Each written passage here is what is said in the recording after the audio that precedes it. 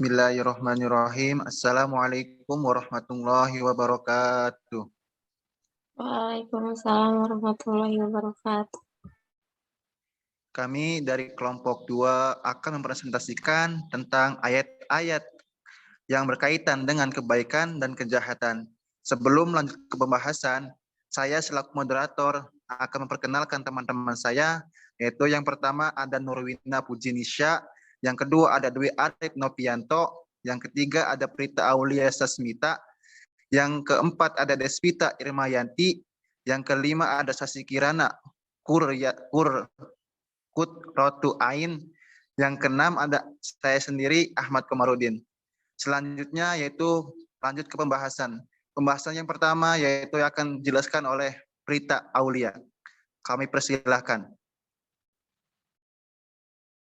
Bismillahirrahmanirrahim. Ayat-ayat Al-Quran mengenai kebaikan dan kejahatan ini terdapat dalam beberapa surat dalam Al-Quran, yaitu surat Al-An'am ayat 160 dan 22, surat An-Nisa ayat 79, surat Hud ayat 114, serta surat Al-Hijr ayat 39 sampai 40. Yang pertama, Quran surat Al-An'am ayat 160. A'udzubillahi minasyaitonirrajim. Man jaa'a bil hasanati falahu asyrul amsalihha. Waman jaa'a bis sayyi'ati fala yujza illa misluha wa hum la yudlamun. Yang artinya, barang siapa membawa amal yang baik, maka baginya pahala 10 kali lipat amalnya. Dan barang siapa yang membawa perbuatan jahat, maka dia tidak diberi pembalasan, melainkan seimbang dengan kejahatannya. Sedangkan mereka sedikit pun tidak dianiaya atau dirugikan. Quran Surat Al-An'am ayat 160. Tafsirnya, ayat ini menjelaskan tentang mengenai pembalasan dari Allah Subhanahu wa Ta'ala. Allah itu berlaku adil pada hamba-hambanya, yakni barang siapa di antara manusia yang datang membawa amal yang baik, yakni berdasar iman yang benar dan ketulusan hati, maka baginya pahala 10 kali lipatnya, yakni 10 kali lipat amalannya sebagai karunia dari Allah Subhanahu wa Ta'ala. Dan barang siapa yang membawa perbuatan yang buruk, maka dia tidak diberi pembalasan melainkan seimbang dengan kejahatannya. Itu pun jikalau Allah menjatuhkan sanksi atasnya, tetapi tidak sedikit pun keburukan hamba yang dimaafkannya. Ayat ini juga memerintahkan kita supaya memperbanyak berbuat baik, artinya ialah barang siapa yang datang kepada Allah di hari kiamat dengan sifat-sifat yang baik, maka ia akan mendapat ganjaran atau pahala dari Allah Subhanahu wa Ta'ala. Serta sebaliknya, adapun yang berbuat kebajikan, maka bukan saja mereka tidak dianiaya, bukan juga mereka diberi ganjaran yang adil, tetapi mereka mendapat anugerah dari Allah. Jadi, barang siapa yang nantinya menghadap Allah dengan sifat-sifat yang jahat, yang telah tertanam dalam dirinya, maka ganjaran siksanya yang akan diterimanya adalah setimpal dengan kejahatannya. Artinya, suatu kejahatan tidaklah akan dibalas dengan 10 kali ganda siksaan. Maka ayat ini memberikan kejelasan benar bagi kita bahwasannya sifat Rahman dan Rahim Allah lebih berpokok dari sifat murkanya Allah.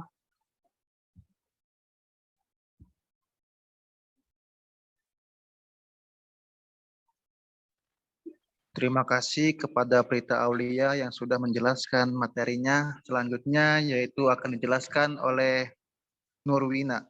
Kami persilahkan. Baik, selanjutnya mengenai ayat-ayat kebaikan dan kejahatan, ada Quran Surat An-Nisa ayat 79.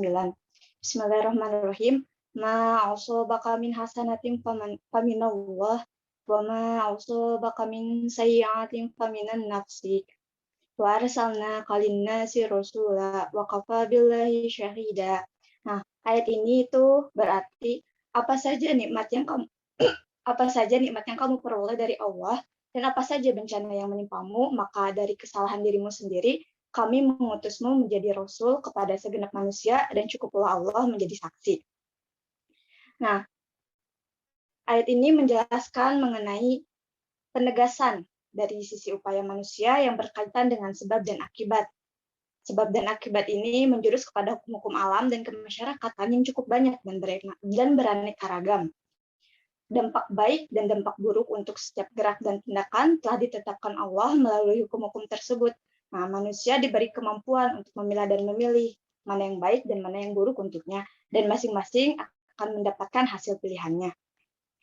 Allah sendiri juga melalui perintah dan larangannya itu menghendaki bahwa bahkan menganjurkan kepada manusia agar meraih kebaikan dan nikmatnya. Karena itu ditegaskannya bahwa apa saja nikmat yang kau peroleh, wahai Muhammad, yang ditujukan kepada Rasul dan kepada semua manusia adalah dari Allah, yakni Dia mewujudkan anugerahnya, dan apa saja bencana yang menimpamu dan kau, wahai Muhammad, dan siapa saja selain kamu, maka bencana itu berasal dari kesalahan dirimu sendiri. Karena kami mengutusmu tidak lain hanya menjadi Rasul untuk menyampaikan tuntunan-tuntunan Allah kepada segenap manusia, kapan dan dimanapun mereka berada. Nah, kami mengutusmu hanya menjadi Rasul, bukan seseorang yang dapat menentukan baik dan buruk sesuatu, sehingga bukan karena terjadinya bencana atau keburukan pada masamu kemudian dijadikan bukti bahwa engkau Rasul. Kalau Allah mereka menduga demikian, biarkan saja, dan cukuplah Allah yang menjadi saksi atas kebenaranmu. Nah, kebaikan yang didapatkan merupakan karunia dari Allah dan taufik.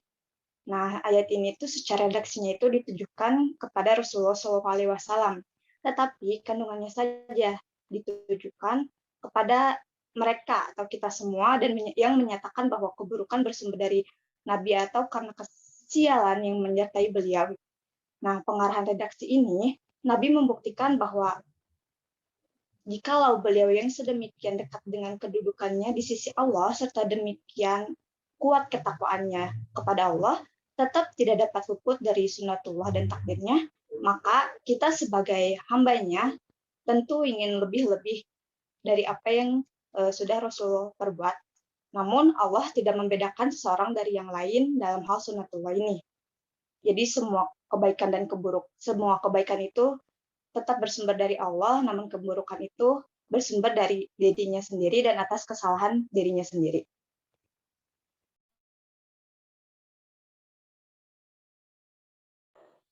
Baik, terima kasih kepada Nurwina yang sudah menjelaskan materinya. Selanjutnya yaitu akan dijelaskan oleh Deswita. Waktu dan layar kami persilahkan. Baik, bismillahirrahmanirrahim. Selanjutnya ada pada pembahasan ketiga, yaitu Quran Surat Hud ayat 114. Allah Subhanahu wa Ta'ala berfirman, "Wa aqimis sholata tarafayin nahar wa zulafan minal lail, innal hasanati yudhibna sayyi'at, dzalika dzikra lidzakirin." Yang artinya, dan laksanakanlah sholat pada kedua ujung siang, yaitu pagi dan petang, dan pada bagian permulaan malam. Perbuatan-perbuatan baik itu menghapus kesalahan, itulah peringatan bagi orang-orang yang selalu mengingat Allah. Nah, tafsirnya, ayat ini berisi perintah dan peringatan kepada manusia untuk menunaikan sholat, karena sholat itu termasuk amal dan perbuatan baik, sehingga dosa-dosa manusia dapat dihapus dengan cara melakukan perbuatan baik tersebut ya. Pada dasarnya juga semua itu adalah piawat agar manusia selalu tetap dalam kondisi ingat kepada Allah di segala kondisi, kapanpun dan dimanapun. Ali Ibnu Abu Thalhah juga telah meriwayatkan dari Ibnu Abbas sehubungan dengan makna firman-Nya, dan dirikanlah sholat itu pada kedua tepi siang, yakni sholat subuh dan sholat maghrib. Hal yang sama telah dikatakan oleh Al-Hasan dan Abdurrahman Ibnu Zaid Ibnu Aslam. Al-Hasan telah mengatakan dalam suatu riwayat dari Qatadah dan Ad-Dahhak serta lain-lainnya bahwa yang dimaksud adalah sholat subuh dan sholat asar. Mujahid juga mengatakan yang dimaksud dengan sholat pada permulaan siang adalah sholat subuh, tetapi di lain kesempatan ia mengatakan sholat lohor dan sholat asar. Keterangan sholat lima waktu ini dapat melebur kesalahan terdapat pada hadis Nabi yang dikeluarkan oleh riwayat Muslim berbunyi, diriwayatkan dari Abu Hurairah bahwa sesungguhnya Rasulullah SAW bersabda, sholat lima waktu Jumat hingga Jumat berikutnya serta Ramadan hingga Ramadan berikutnya merupakan penebus dosa di antara waktu-waktu itu semua, selama seseorang menjauhi dosa-dosa besar. Hadis ini menjelaskan bahwa dosa itu bisa terhapus dengan perkara-perkara yang tadi ya, yaitu sholat 5 waktu, sholat Jumat hingga Jumat selanjutnya, puasa Ramadan hingga Ramadan selanjutnya. Yang garis bawahnya adalah hal di atas dilakukan selama seseorang tersebut tidak melakukan dosa-dosa besar.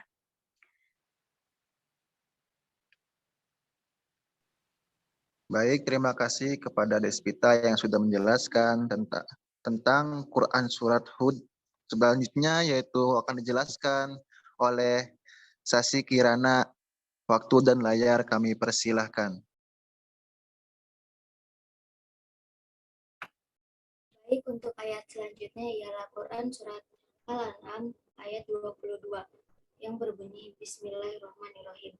Wa yauma nasyuruhum jami'an tsumma naqulu lil ladzina asyraku aina syurakaukumul ladzina kuntum tazumun.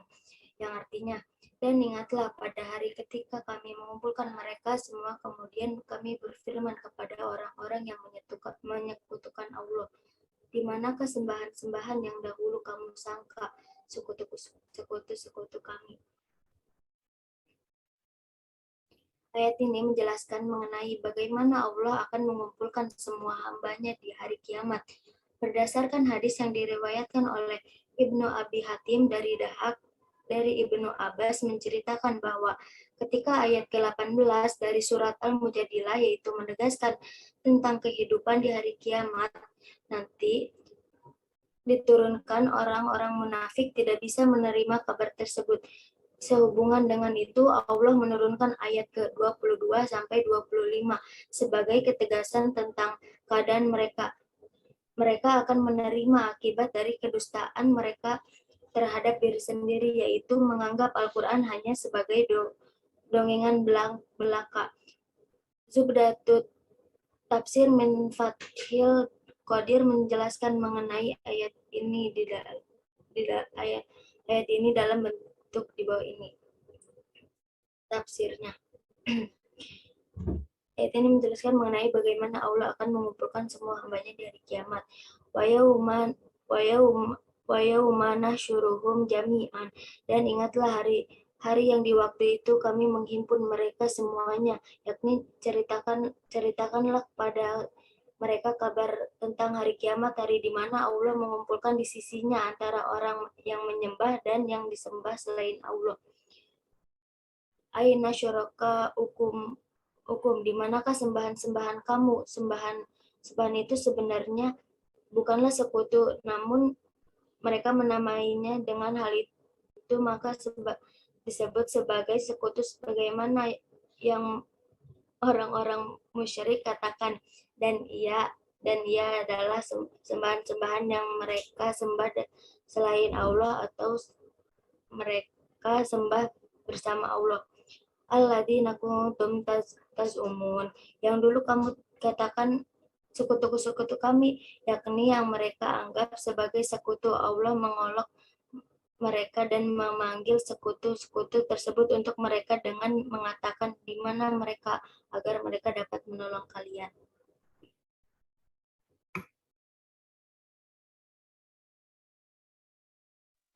Baik, terima kasih kepada Sasi Kirana yang sudah menjelaskan tentang Quran Surat Al-An'am dan tafsirnya. Selanjutnya yaitu akan dijelaskan oleh Dwi Arif. Kami persilahkan. Baik, terima kasih.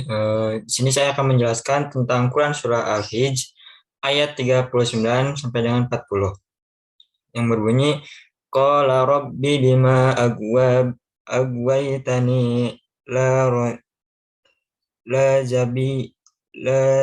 zabbinanni lahum fil ardi wal agwibai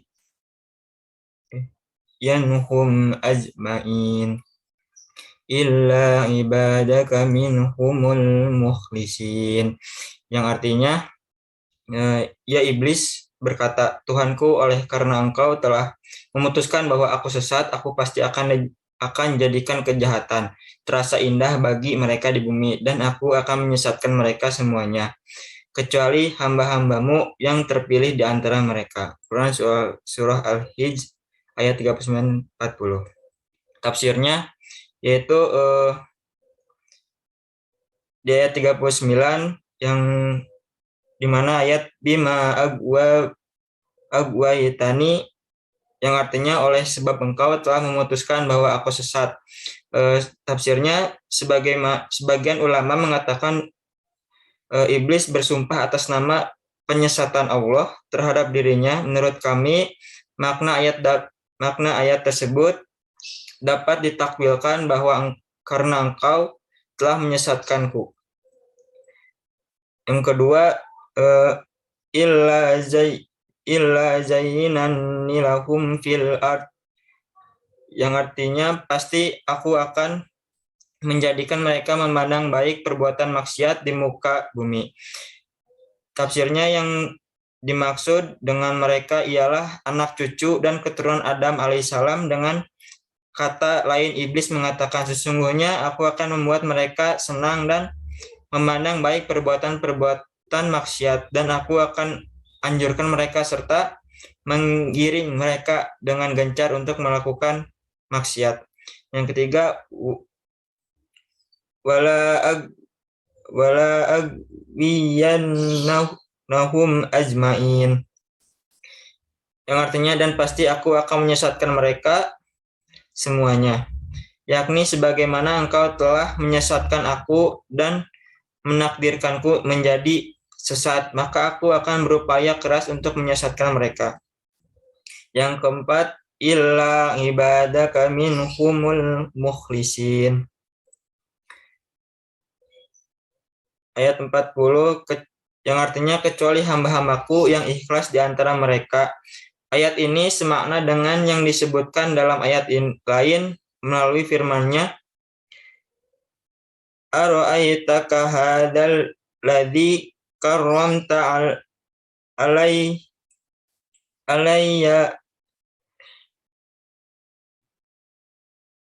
in akhrajtani illa yaumil qiyamati ala tahnik ni durriyatahu illa qalil, yang artinya terangkanlah kepadaku inikah orangnya yang engkau muliakan atas diriku. Sesungguhnya jika engkau memberi tangguh kepadaku sampai hari kiamat, niscaya benar-benar akan aku sesatkan keturunannya kecuali sebagian kecil. Quran Surah Al-Isra ayat 62. Sekian dan terima kasih. Alhamdulillah dan terima kasih kepada Dwi Arif yang telah menjelaskan. Terima kasih dari kelompok kami yang telah menjelaskan tentang ayat-ayat kebaikan dan kejahatan. Selanjutnya yaitu lanjut kepada kesimpulannya saja. Yaitu yang pertama kesimpulannya surah Al-An'am ayat 160. Pada ayat ini dapat disimpulkan bahwa Allah berlaju adil pada setiap hambanya. Allah akan memberikan karunia pada hambanya yang selalu beriman kepadanya dengan keimanan dan ketulusan dalam mengerjakan setiap amalan ibadah. Tidak lupa Allah akan memberikan hal yang sebaliknya, yaitu berupa ganjaran kepada umatnya yang selalu berlaku maksiat kepadanya, tidak menaati apa yang diperintahnya. Yang kedua ada surah An-Nisa ayat 79. Pada ayat ini Allah menegaskan jika segala sesuatu yang baik itu datangnya dari Allah dan segala hal yang buruk itu datangnya dari apa yang telah manusia perbuat karena kelakuannya sendiri. Nah, yang ketiga ada surat Hud ayat 114. Pada ayat ini menjelaskan bahwa seseorang yang mengerjakan amal solih seperti melakukan kewajibannya sebagai muslim, yaitu melaksanakan sholat 5 waktu, akan menghapus dosa-dosa kecil yang telah ia perbuat dengan izin dari Allah. Dan apabila amal solih yang dilakukan seseorang secara tulus dan konsisten akan dapat membentengi dari dirinya sehingga dengan mudah dia dapat terhindar dari keburukan-keburukan. Nah, yang keempat ada surah Al-An'am ayat 22. Pada ayat ini Allah menjelaskan dan memberikan penjelasan mengenai dirinya apa yang merupakan Tuhan semua umat dan tiada satupun manusia yang tidak bisa menyekutukannya dan juga membuktikan bahwa apa yang dulu mereka sembah tidak akan bisa menolong mereka dari siksa Allah. Nah, yang terakhir ada surah Al-Hijr ayat 39 dan 40. Pada ayat ini menyinggung bahwasanya manusia itu mempunyai dua sisi potensi, yaitu potensi baik dan potensi keburukan. Iblis berusaha ingin memunculkan potensi keburukan yang ada pada diri manusia agar manusia selalu berada di jalan kemaksiatan. Terkecuali manusia yang mampu menimbulkan potensi baiknya agar terhindar dari segala macam tipu daya iblis. Sekian dari kelompok 2 yang telah menjelaskan tentang ayat-ayat kebaikan dan kejahatan. Terima kasih. Wallahu muwaffiq. Assalamualaikum warahmatullahi wabarakatuh. Waalaikumsalam.